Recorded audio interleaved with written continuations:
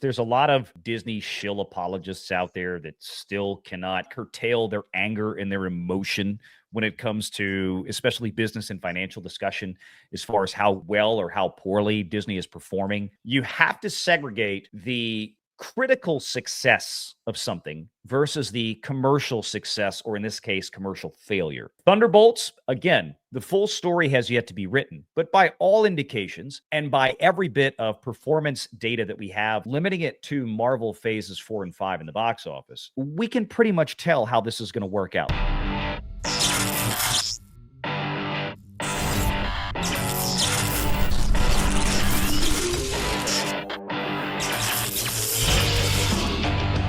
Renegade Online.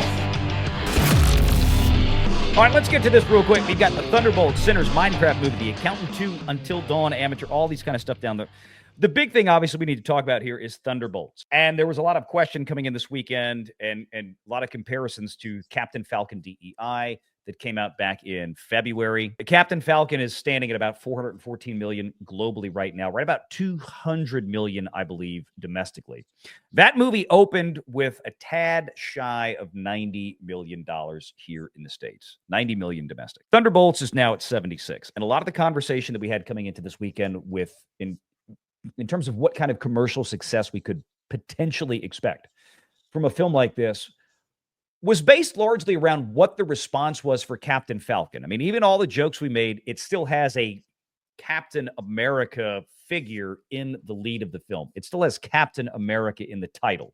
It's got the shield. It's got a lot more brand recognition than the Thunderbolts. And a lot of people coming into this week were comparing this movie in terms of recognition, performance, and commercial appeal to The Eternals.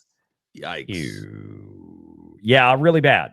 Really, really bad. And I mean, again, we saw indications that this movie was tracking in the range of the Eternals for its opening, or even underperforming it slightly, which is terrifying considering that The Eternals was a know-nothing movie that came out in the latter part of 2021. And there were still a lot of theaters that hadn't opened up yet. The number of screens that the Eternals had were far fewer and far less populous than what we have now. 4,300 screens to the Thunderbolts here. It's got a $76 million opening. So let's take this in stride for a minute. Now, people out there look at 76 million and would rightfully look at that and say, wow, it's a hell of an opening. And you're not wrong. You're not wrong. 76 million of an opening is a great start for 90+% of the movies that would be released in any given year.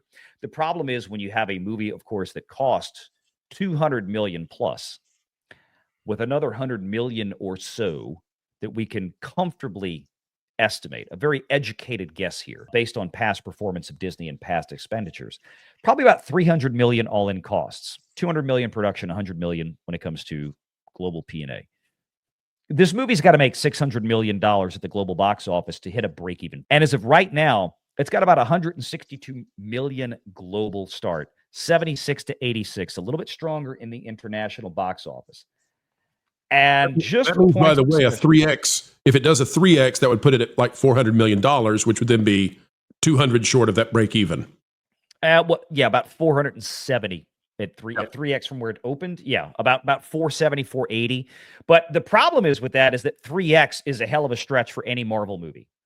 Any Marvel movie. In fact, the most recent example that we have here, just to check, you look at the international markets, guys, May 2nd, May 1st, April 30th, May 2nd, May 1st, April 30th, April 30th, May 2nd. It's opened everywhere. There are no major not even Japan. Even Japan had a concurrent opening, which Japan even a lot of times opens several weeks later. It's opened everywhere. Now, don't mind the zeros on here. They just haven't updated the individual countries on this yet.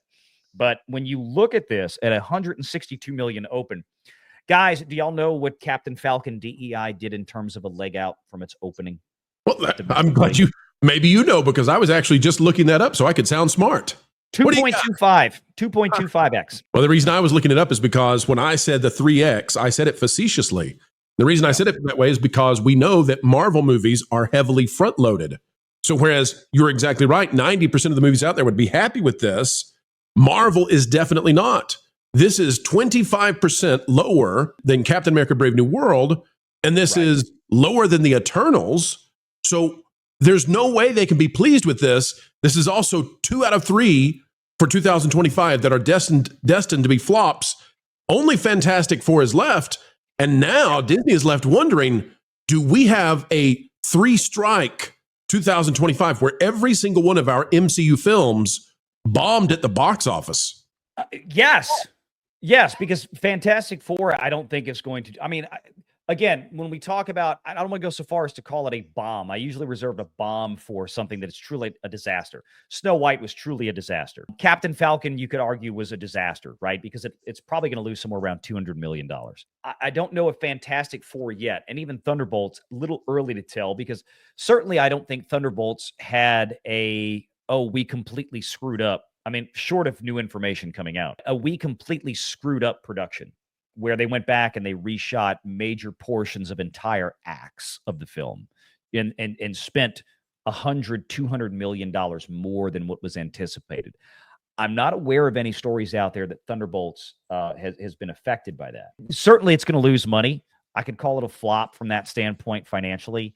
In terms of it being a bomb, I'm getting to the point now because the reason is that Disney has so many bombs that I feel like I've got to reserve the word bomb for the truly egregiously horrific performances. Snow White. That is a true magnificent bomb because that's going to be a $300+ million loss. Just trying to pull up here. The numbers there's really no debate. The other thing about it is Thunderbolts. There is some debate as to whether it's a good movie. There are people saying that Thunderbolts is a good movie.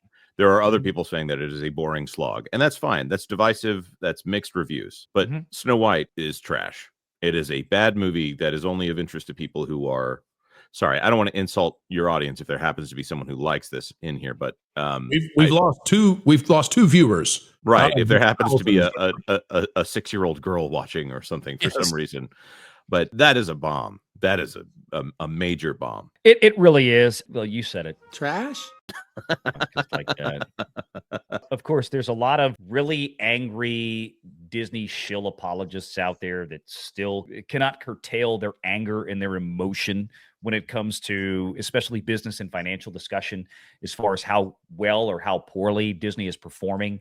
Again, like I said at the outset of the show, you have to segregate the critical success of something versus the commercial success, or in this case, commercial failure. Thunderbolts, again, the full story has yet to be written, but by all indications and by every bit of performance data that we have for, again, limiting it to Marvel phases 4 and 5 in the box office, we can pretty much tell how this is going to work out. Let me show everybody here. This is Captain America Brave New World, aka Captain Falcon DEI. This is the worst performing Captain America movie that ever was. And no, I don't want people to go, oh, well, the one in 2008. No, inflation adjusted. Please stop coming at me with this. There was no MCU yet. And if you boost the numbers, you have to add about 50 to 60% to the real dollar performance of the first Captain America movie from 15, 16 years ago. It blows this thing out of the water. Tickets were far cheaper back then in 2008, 2009 than they are today. But you look at this domestic box office of 200 million. If you recall, let's go down here. Whoops. Let's go over to the box office. Let me show you what I'm talking about. The weekend open, the 3-day opening weekend for this, 88 million, almost 89 million. Now, it had a 4-day opening weekend, right? This was just 3 months ago now, in February, or roughly 3 months ago. Opened in February. It had a holiday Monday, which I believe was, what was it, President's Day, or was it MLK Day? It was one of the two. But it had a holiday opening, but 88 million over its 3-day opening. So Thunderbolts, kind of as we expected, is performing beneath that. But you think, okay, a movie opens up, and even if you look at, let's go to the daily here. When you look at Thursday previews of 12, a real Friday of 40, or Friday with Thursday previews, pardon me, of $40 million. A Saturday of 27, and a Sunday of 20. And then you add in, we had a holiday Monday there, because that does stretch the audience out a little bit. And that brought us to a $100 million 4-day open. It only went 2x from there. So if you throw out that 11 million on the holiday Monday, that it really went about 2x from its opening weekend. But when you look up here, 200 million. Again, the first 4 days, it made 100 million. It finished at 200 million. What do we always talk about with Marvel movies? What happens, Jonas, after the first 5 to 6 days of a Marvel movie? What do we know? Well, they drop like a rock. About half the box office is already baked in, right? Yeah. They're pretty much done at that point. Yeah, and here it is. Unless it has glowing reviews. And even then. Yeah. And even then, even with the glowing reviews, you're right. There are glowing reviews that can be out there for movies that do serve them well, that cause them to continue to leg. And let me show you what we're talking about here. Sinners is an excellent example. This movie is continuing to perform exceptionally well. And it almost kind of fell off exactly what I projected. I said Sinners is going to lose pretty much all their PLFs this weekend to Thunderbolts because Disney pays to get those PLFs, right? In a way, in one form or fashion, they book those things. Sinners still has a lot of exposure in the actual IMAX screens. But guess what? Sinners drop off for the weekend is kind of right on the money. I said it would probably drop 25 to 30% just based on the loss. If everybody showed up again to see this, if the same number of people showed up and they lost all the PLF screens, they'd probably lose about 25%. It dropped 28, which is an amazing hold. So Sinners is doing really well. The reason I bring this up in the context of Thunderbolts is because Sinners is one of these movies that can stand alone. It's people can go see it, not go see it. If you didn't have to watch 4 years worth of stuff on Disney Plus to know what was going on in Sinners. So you can have good word of mouth for a movie like Thunderbolts. The problem is that even though, it's a good Marvel movie. Oh, awesome. Great. I haven't watched a Marvel movie or a TV show in 2, 3, 4 years, so I'll be lost. And that's it. That's the problem. You know. By the way, Wall Street's starting to figure that one out too.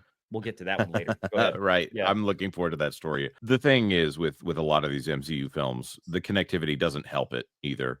Even as someone who I couldn't tell you, I think I've seen most of these, and I don't think they make the movies better at this point. Knowing the origins of the 3 different Captain Americas that are in this film, which are not the Captain America that was in the Captain America film, my goodness, none of that would help Thunderbolts. And I'll add this too. They're claiming a 76 million for the opening weekend, right? Domestically. That 76, folks, don't be surprised if it goes under 75 in a revision come Monday or Tuesday. The 76 is based on an estimate for the Sunday that we're currently in at the time of recording. Sure. And I think there's going to be a more significant drop on the Sunday than what they're anticipating. Could be wrong, but I did notice that from the Thursday-Friday combo to the Saturday, you and I, Valiant, were talking about this, that there was a pretty hefty drop from what you would expect. And then that Sunday, that estimate was still coming as if this was going to be the typical curve. I'm not sure. I could be wrong on this, but I'm not going to be surprised if it's 73, 74 when all is said and done. It could well be, and let's go to the article from Deadline, and then we'll talk about some of the specifics because you do have some valid points there. If I can get this, I was trying to backtrack. Here we go. This is from Anthony D'Alessandro. Of course, we've also got a companion article from Nancy Tartaglione on Deadline as well on the international side. So let's dive into this. Thunderbolts with the asterisks, which I don't know what the hell the asterisk is, why this goes into the movie title, but it's one of these things that I guess it's part of a joke that doesn't matter, Valiant. Exactly. 5 people that have watched the last 4 years of Marvel television shows probably know what that means. And this is one of the problems that Disney has. Thunderbolts settles at a $76 million opening. Again, estimated. Sinners Full of Grace with 33. Rust, not good. Yeah, you remember Rust? You know that movie that guy, Alec Baldwin, allegedly shot a chick in the face on with a gun that was... Yeah, when they say that Alec Baldwin is shooting a movie, it means something different. Yeah. You want to make sure you don't have one in the chamber when you hand it over to somebody. Yeah, and I don't want to get sued on this stream per se. That's why I said allegedly. But we allegedly. All know. Allegedly, says Cartman. Allegedly. Where's who we need in the chat? One of the 199's greatest chat personalities, Alec Baldwin's finger. This is Alec Baldwin. Yeah, this is Alec Baldwin's finger day. So Sunday, this is a Sunday morning update here from D'Alessandro. He says at a $76 million opening, it isn't the most stellar of Disney Marvel Studios openings, but heck, this is a significantly better one than the start of summer a year ago, when Universal's original live-action rom-com, The Fall Guy, fell on his face with a $27.7 million start. That was actually a really good movie. I did like it. It was. With a $162 million global opening, Thunderbolts is just $3 million shy of where we forecasted. The movie cost, before prints and advertised, $180 million. Now, I want to stipulate, again, this is a figure that is out there that is based on the, insofar as we know and have ever known, the original greenlit budget. This is not based on corporate filings or anything like this for film tax credits. This was the original. This is the stated Disney budget. So, of course, as we all know, the last many years of Disney history, probably a decade or better at this point, almost no Disney film ever, and I mean ever, come in on budget. Ever. Okay. So that is probably a few tens of millions of dollars higher, even with because remember, the $180 million, when they state that as a budget, that is net of what their estimated film tax credits coming back in will be. So they're going to say, we're going to spend a net of $180 million, which means they're probably going to spend more like $220 to $230 and then expect, $30 to $40 million of film tax credits maybe coming back in for that. So this is higher, probably around $200 million, to be fair. I'll put it at $200 million with another $100 million spend on global P&A. Yeah, when the movie doesn't exactly wow and kick off a summer with a $100 million plus opening. However, Thunderbolts' start isn't anything to worry about. Okay. Knowing that Memorial Day is teed up for a possible record-breaking 4-day weekend, with Disney's Lilo and Stitch eyeing at least $120 million and Final Reckoning for $80 million. Now I was going to talk about that later because we've actually got those numbers from Box Office Pro. And is he talking about Disney, or is he talking about the movie industry in general? Thank you, Jonas. That's exactly where I was going with this, because to me, it seems like, hey, don't worry about Thunderbolts, even if it doesn't do that great. We've got Memorial Day coming up, and Lilo and Stitch is going to help bail Disney out of another failure here. Or are we talking about... What I really love is that they're looking at this 4-day, and apparently it's going to take 4 days for Lilo and Stitch to hit 120. Well, Lilo and Stitch is made by Disney, but they went out and got a guy who they let go 20 years ago, the guy who did How to Train Your Dragon. Chris Sanders has been brought back to do Lilo and Stitch. So while Disney may get a victory, it's not coming from inside. It's coming from somebody that they said bye-bye to, and he went off and did great things. They're bringing him back. So this is a one-hit opportunity. What Disney needs is they need somebody who can hit consistently. But they've ridded themselves of all these John Lasseters and these Ike Perlmutters and Kevin Feige. We're watching the collapse, the total collapse of Star Wars and Marvel, such that neither one of those franchises has anything even approximating dependability. So now they got to count on these outside forces coming in for a one-hit success like Lilo and Stitch, which I think Lilo and Stitch could be. I think it can approach Inside Out 2 numbers. The only thing I hate, and different people have different opinions, I hate that it's coming out on the same weekend as Mission Impossible, because theater owners, we're going to sit here for 3 weeks with nothing, essentially. I think there's a Jenna Ortega movie coming out, but basically 3 weeks now of nothing while we wait for that big weekend. Right. Why could Mission Impossible not launch next weekend and save the cinemas? I hate the schedule.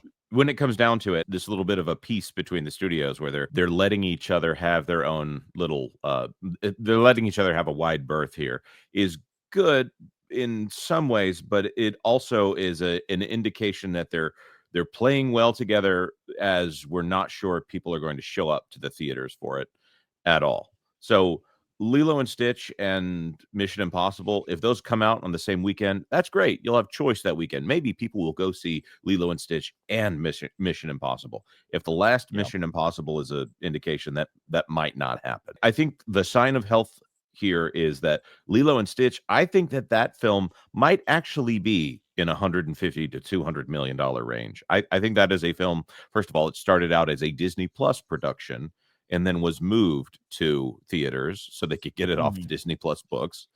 Exactly. Thunderbolts and Snow White, and there was something else that I'm forgetting here. Captain America: Brave New World, where these movies, by Disney's estimation, are too big to fail. So, like Andor would be another one on that list of where they're throwing these massive amounts of money at a project when they need to show up with Freakier Friday, and they need to show up with Lilo and Stitch. Dare you. And they've got that one. Yeah, Freakier Friday. And I mean, look, that's one of those ones. And we have no idea, at least I'm not aware of what they spent on this. Natalie, do you remember Freaky Friday? Natalie's like, oh yeah, I remember that one. And I mean, like you were right. What was that, 20 years ago now? Oh, yeah. Yeah, so you were kind of right in that age range, teenage years at that point when that came out. That's the kind of movie that is perfect. And you should be able to make a movie like that, even with Jamie Lee Curtis and Lindsay Lohan. Let's be honest. What the hell is Lindsay Lohan doing these days? She needs crack and meth money. It's not that much. Make sure you're subscribed to Valiant Renegade and join us every Sunday at 6 p.m. Eastern for the live show.